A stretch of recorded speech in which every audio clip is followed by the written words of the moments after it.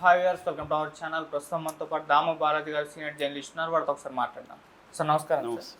Sir TDP నేత వీరయ్య చౌదరి హత్య కేసులో ఒక కీలక పరిణామం అయితే చోటు చేసుకుంది సార్. నిన్న 14 మందిని అయితే కోర్టుకు అయితే పెట్టారు. అయితే చనిపోయి 20 రోజులకు పైగా అయినప్పటికీ కూడా ఇన్ని రోజులు ఎందుకు పట్టింది క్రిమినల్స్ పట్టుకోవడానికి, వాళ్ళని కోర్టుకు పెట్టడానికి అని చెప్పేసి కూడా చర్చించుకుంటున్నారు. మరి ఈ కేసు అప్డేట్ ఏంటి సార్ ఇప్పటివరకు అయితే? వీరయ్య చౌదరి హత్య ఒంగోలులో ఏప్రిల్ 22వ తేదీ రాత్రి 7:30కి ఆయన హైదరాబాద్ నుంచి తిరిగి వచ్చి అక్కడ ఆఫీస్లో ఉన్నప్పుడు అతను వాళ్ళ ఆఫీస్ పై ఇద్దరే ఉన్నప్పుడు నలుగురు వ్యక్తులు ముసుగులు అంటే కర్చీపులు ముఖానికి కట్టుకొని వచ్చి కత్తులతో దాదాపు 53 పోట్లు అతి దారుణంగా పొడిచి హత్య చేసి 2 బైక్స్లో పారిపోయారు. దీని మీద అక్కడ సాక్షాత్తు ఎస్పీ ఆధ్వర్యంలోనే ఒక టీములు ఫస్ట్లో అయితే 13 టీములు ఏర్పాటైనాయి. దాని తర్వాత 50 టీములు పెట్టారు. ఎందుకంటే వీళ్ళు బీహారీ గ్యాంగ్ చేసినట్టుగా ఉంది, ప్రొఫెషనల్గా ఉందని చెప్పారు. దాని తర్వాత రకరకాల పుకార్లు వచ్చాయి. ముందుగా వైసీపీ వాళ్ళే చేశారని చెప్తున్నారు. దాని తర్వాత వైసీపీ వాళ్ళు కాదు, ఇతనికి సొంత పార్టీలో తెలుగుదేశం వాళ్ళే చేశారు. ఇతను వ్యాపార రైవలరీస్ ఒకటి, రెండోది ఇతనికి పొలిటికల్గా ఇతను ఎదుగుతున్నాడు. అక్కడ కోఆపరేటివ్ సొసైటీ బ్యాంక్ చైర్మన్ అవ్వబోతున్నాడు త్వరలో. ఆల్రెడీ వీళ్ళ భార్య ఎంపీపీ ఉంది, ఇతను కూడా ఎంపీపీగా ఉన్నాడు. సో ఇలాగా ఈ 2 కారణాలతో చంపుండే అవకాశం ఉందని చెప్పి బృందాలు ట్రై చేస్తున్నాయి. ఈ లోపల చంద్రబాబు వెళ్ళాడు. అమ్మనబ్రోలు వీళ్ళ నేటివ్ వచ్చి అమ్మనబ్రోల్లో నాగలోపులపాడు మండలం అమ్మనబ్రోల్లో వెళ్ళి వాళ్ళ ఫ్యామిలీని పరామర్శించాడు. ఆ సందర్భంగా అతను ఈ చంపిన వాళ్ళు భూమి మీద బ్రతికి ఉండే హక్కు లేదని కూడా చంద్రబాబు అన్నాడు. ఎందుకంటే వీరయ్య చౌదరి లోకేష్కి అత్యంత ఇష్టమైన అనుచరుడు అని చెప్తున్నారు. ఎందుకంటే లోకేష్ పాదయాత్ర యువగలం చేసినప్పుడు కూడా ప్రకాశం జిల్లాలో ఇతను 1 మంత్ వెంట ఉన్నాడు. సో తెలుగుదేశం కార్యకర్త, పైగా అక్కడ గతంలో ఎమ్మెల్యేగా ఉన్న ఈదర హరిబాబుకు కూడా మేనల్లుడు అని చెప్తున్నారు ఇతను. సో ఎంతో కష్టపడి తెలుగుదేశం తరపున పనిచేస్తున్న వ్యక్తి. సో అతన్ని ఇలా చంపడం అనేది జీర్ణించుకోలేని పరిస్థితి. అది కూడా తెలుగుదేశం వాళ్ళే చంపడం అనేది జీర్ణించుకోలేని పరిస్థితి. దీనివల్ల తెలుగుదేశంలోనే ఒక గందరగోళం ఏర్పడే పరిస్థితి ఉంది. అంటే వైసీపీ వాళ్ళు మనం కొట్టుకుంటా ఉంటే అదొక లెక్క, కానీ మనోళ్ళే మనం చంపుకుంటున్నాం అనేది జరుగుతుందనేది అనుకున్నారు. ఈ క్రమంలో కొంతమందిని పట్టుకున్నారని వార్తలు వచ్చాయి. నిన్న మొన్న లాకప్ డెత్లో 2 చంపేశారని కూడా వార్తలు వచ్చాయి. ఈ క్రమంలో ఎందుకు 22 రోజులు జరిగి 22 రోజులు దాటినా కూడా పోలీసులు ఎందుకు ఇప్పటివరకు కోర్టుకు ప్రొడ్యూస్ చేయలేదు? మామూలుగా ఎంతకంటే పెద్ద హత్యలు జరిగినప్పుడు కూడా 2-3 రోజుల్లో వాళ్ళని కోర్టుకు ప్రొడ్యూస్ చేస్తున్నారు. వీళ్ళని ఎందుకు చేయలేదు? ఏదో కుట్ర నడుస్తుంది, లాకప్ డెత్లు ఏమైనా చేస్తున్నారా, పోలీసులు వాళ్ళని చెత్తకొట్టి చేస్తున్నారా, ఇవన్నీ చెప్పారు. ఎందుకంటే ఇన్ని రోజులు దొరకకుండా పోవడం అనేది జరగదు. మామూలుగా 50 బృందాలని పోలీసులు పెట్టారంటే 2 రోజులు 3 రోజులు పట్టుకుంటారు. వీళ్ళేమీ అంతర్జాతీయ టెర్రరిస్టులు కాదు. మామూలుగా వీళ్ళు కిరాయి హంతకులు, సుపారీ తీసుకొని హత్యలు చేసే బ్యాచ్. అలాంటి వాళ్ళని పెద్ద పట్టుకోకుండా పోయే పరిస్థితి లేదు. రెండోది బైక్స్ కూడా ఆల్రెడీ దొరికాయి. ఒంగోలు కర్నూలు రూట్లో ఒక బైక్ దొరికింది, చీమకుర్తి బైపాస్లో ఒక బైక్ దొరికింది, హీరో హోండా స్ప్లెండర్ ఒకటి, సుజుకి యాక్సెస్ ఒకటి. ఈ 2 బైకుల్ని బ్లడ్ ఉన్నాయి.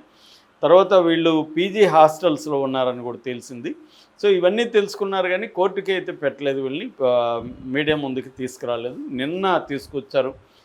ఎందుకంటే మొన్న 8వ తేదీ ఇతని దశదిన కర్మ కూడా జరిగింది. లోకేష్ దానికి వస్తాడన్నారు, రాలేదు. నిన్న లోకేష్ వెళ్ళినాడని చెప్తున్నారు. సో ఈ క్రమంలో పోలీసులు నిన్న 14 మందిని మీడియా ముందుకు ప్రవేశపెట్టారు. వాళ్ళు ఎందుకు హత్య జరిగింది, ఎలా జరిగింది అనేది పోలీసులు మీడియాకి చెప్పారు. ఇందులో ప్రధానంగా ఏంటంటే వాళ్ళ ఊర్లో ఉన్న ఆళ్ల సాంబశివరావు, ఇతను పొలిటికల్గా ఇతనికి రైవలరీ ఉంది వీళ్ళిద్దరికీ. ఎందుకంటే వీళ్ళు కొంతమంది వైసీపీలోంచి తెలుగుదేశానికి వచ్చారు, వాళ్ళకి ఇతనికి మధ్య రైవలరీ ఉంది. దీంతోపాటు ఇతను అనేక వ్యాపారాల్లో బియ్యం స్మగ్లింగు, ఇసుక, తర్వాత మద్యము, హవాలా, ఇలా రకరకాల వ్యాపారాలలో వీరయ్య చౌదరి కూడా ఉన్నాడు. ఇతనికి మిగతా వాళ్ళకి రైవలరీ ఉంది.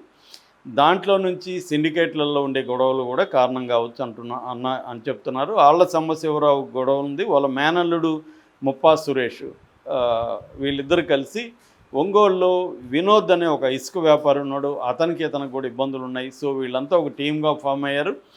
దీనికి కావాల్సిన ఫైనాన్స్ అంతా కూడా ఈ సాంబశివరావు అలియాస్ సాంబయ్య, ఈయన వాళ్ళ మేనల్లుడు ముప్పాయి సురేష్ కలిసి వినోద్కి డబ్బులు ఇచ్చారు. 10 లక్షలు అడ్వాన్స్ ఇచ్చారని చెప్తున్నారు. దాని తర్వాత 25 లక్షలు వారు ఖర్చు పెట్టారు. ఒక కత్తిపోటుకి 2 లక్షలు, అంటే 53 కత్తిపోట్లు కాబట్టి ఒక కత్తిపోటుకి 2 లక్షలు కాబట్టి 53 కత్తిపోట్లు పొడిచారని చెప్తున్నారు. ఒక కథనం వచ్చింది, ఇది కన్ఫర్మ్ కాలేదు. ఏదేమైనా డబ్బులు అయితే పెద్ద ఎత్తున ఖర్చు పెట్టి ఇతన్ని పొడిపించారు. ఇంత ముందు చెప్పినట్టుగా బీహార్ గ్యాంగ్ కాదు, ఇది నెల్లూరుకు సంబంధించిన వాళ్ళు. వాళ్ళను కూడా పట్టుకున్నారు. నెల్లూరుకు సంబంధించి తువారు వంశీకృష్ణ, మన్యం తేజ, బెల్లంకొండ వెంకట గౌతమ్, వీళ్ళు నెల్లూరు కిరాయి గ్యాంగు. వాళ్ళకి ఈ వినోద్ ద్వారా, వినోద్ వచ్చి బోర్లగుంట వినోద్ కుమార్ పూర్తి పేరు. ఈ వినోద్ ఇసుక వ్యాపారి, ఒంగోలులో ఉంటాడు. ఇతన్ని ఈ సాంబశివరావు పట్టుకున్నారు. దీని తర్వాత వీరగంధం దేవేంద్ర నాథ్ అని చౌదరి, వీరగంధం దేవేంద్రనాథ్ చౌదరి కూడా వీళ్ళ ఊరోడు అని చెప్తున్నారు. ఇతను కూడా దీంట్లో ఇదయ్యాడు. ఇప్పుడు మొత్తం చంపిన వాళ్ళని మామూలుగా అయితే 55 మంది దాకా అనుమానితుల్ని పోలీసులు విచారణ జరిపారు 20 రోజులు. ఇందులో వాళ్ళ సమాచారం పట్టుకొని వీళ్ళని పట్టుకున్నారు. ఇంకా అబ్స్కాండ్ అయిన వాళ్ళు మొత్తం 3 ఉన్నారు. ముప్పా సురేష్, ఇందాక చెప్పాను కదా, ఈ ప్రధాన నిందితుడి పేరు సాంబశివరావు, ఆళ్ల సాంబశివరావు. వాళ్ళ మేనల్లుడు ముప్పా సురేష్. ముప్పా సురేష్ ఇంకా దొరకలేదని చెప్తున్నారు. ఒక పక్క ఏమో ముప్పా సురేష్ని పోలీసులు లాకప్ డెత్లో చంపేసి దొరకలేదని చెప్తున్నారని కూడా పుకార్లు వస్తున్నాయి. ఏదేమైనా ముప్పా సురేష్ ఇంకొక 2 అయితే మాత్రం అబ్స్కాండ్లో ఉన్నారనేది పోలీసులు అఫీషియల్గా అనౌన్స్ చేశారు. మరి వాళ్ళ బంధువులు కానీ వాళ్ళు కానీ లాకప్ డెత్స్లో చంపేశారనే ఆరోపణలు అయితే చేయలేదు. ఇవన్నీ పుకార్లని కొట్టిపరుస్తున్నారు. ఏదేమైనా తెలుగుదేశం ప్రభుత్వంలో ఉండే ఒక కీలకమైన తెలుగుదేశం రాజకీయ నాయకుడు, వ్యాపారిని తెలుగుదేశం వాళ్ళే ఈ స్థాయిలో పట్టపగలు ఒంగోలు పద్మా టవర్స్ అనే ఒక ఇంపార్టెంట్ జంక్షన్లో ఉండే ప్లేస్లో వెళ్ళి చంపడం అనేది రాష్ట్ర వ్యాప్తంగా సంచలనం సృష్టించింది. తెలుగుదేశంలో కూడా అనేక ఈ మధ్యకాలం ఈ 10 నెలల్లోనే అనేక గందరగోళాలు చోటు చేసుకున్నాయి. ఒకవైపేమో తెలుగుదేశం వాళ్ళని వైసీపీ వాళ్ళు చంపడం, వైసీపీ వాళ్ళని తెలుగుదేశం చంపడం ఇలాంటివి జరుగుతుంటాయి. రెండో వైపేమో తెలుగుదేశంలోనే తెలుగుదేశం వాళ్ళని చంపుకోవడం, తెలుగుదేశం వాళ్ళకి మీద కేసులు పెట్టుకోవడం, కూటమిలో కూడా జనసేన మీద తెలుగుదేశం వాళ్ళు దాడులు చేయడం, కొన్ని చోట్ల జనసేన వాళ్ళు తెలుగుదేశం మీద దాడులు చేయడం, బీజేపీ వాళ్ళ మీద చేయడం, ఇలాగా ప్రాబ్లమ్స్ అయితే ఉన్నాయి. ఖచ్చితంగా మామూలుగా ఎప్పుడైనా కూడా కోయలేషన్ ప్రభుత్వం ఉన్నప్పుడు ఖచ్చితంగా ఇబ్బందులు ఉంటాయి. దాన్ని ఎలా డీల్ చేస్తున్నారు అనేది ఇంపార్టెంట్. చంద్రబాబు ప్రభుత్వం కూడా సీరియస్గానే డీల్ చేస్తున్నట్టుగా మనకు కనబడుతుంది. అయినప్పటికీ కూడా తెలుగుదేశం కేడర్ నుంచి కూడా చంద్రబాబు ప్రభుత్వం మీద కూడా విమర్శలు వస్తున్నాయి. అంటే మనకి జగన్ ప్రభుత్వంలోనూ రక్షణ లేక, మన ప్రభుత్వంలో కూడా రక్షణ లేకపోతే ఎలాగా? అంటే మీరు పై స్థాయిలో ఉన్నవాళ్ళు, ఎమ్మెల్యేలు, మంత్రులు, మిగతా స్థాయిలో ఉన్నవాళ్ళు మాత్రం హ్యాపీగా డబ్బులు సంపాదించుకుంటున్నారు. కింది స్థాయిలో గత 5 ఏళ్లలో నానా బాధలు పడి తెలుగుదేశం పార్టీని నిలబెట్టి అధికారంలోకి తీసుకొచ్చిన కేడర్ కావచ్చు, సెకండరీ 3rd స్థాయిలో ఉన్న లెవెల్లో ఉన్న తెలుగుదేశం నాయకులకు మాత్రం ఇప్పుడు కూడా సేమ్ బాధలు కంటిన్యూ అవుతూనే ఉన్నాయి అన్న ఆవేదనలు వినిపిస్తున్నాయి. మొన్ననే మనం ఒక ఆవిడ కూడా ఆత్మహత్య చేసుకున్న విషయం చూసాము. సో తెలుగుదేశం ఆమె. సో ఇలాగా తెలుగుదేశం కింది స్థాయిలో ఇది జరుగుతుంది. మొన్ననే గుమ్మనూరు జయరాం వాళ్ళ తమ్ముడు కూడా అరెస్ట్ అయ్యాడు. అంటే ఇలాగ తెలుగుదేశంలో వాళ్ళే క్రైమ్లో ఇరుక్కోవడం, ఇంకోటో అరెస్టులు కావడము, లేకపోతే వాళ్ళని చంపుకోవడము, ఇది ఆందోళన కలిగించే అంశంగా మనం చెప్పుకోవచ్చు. Okay sir, thank you sir.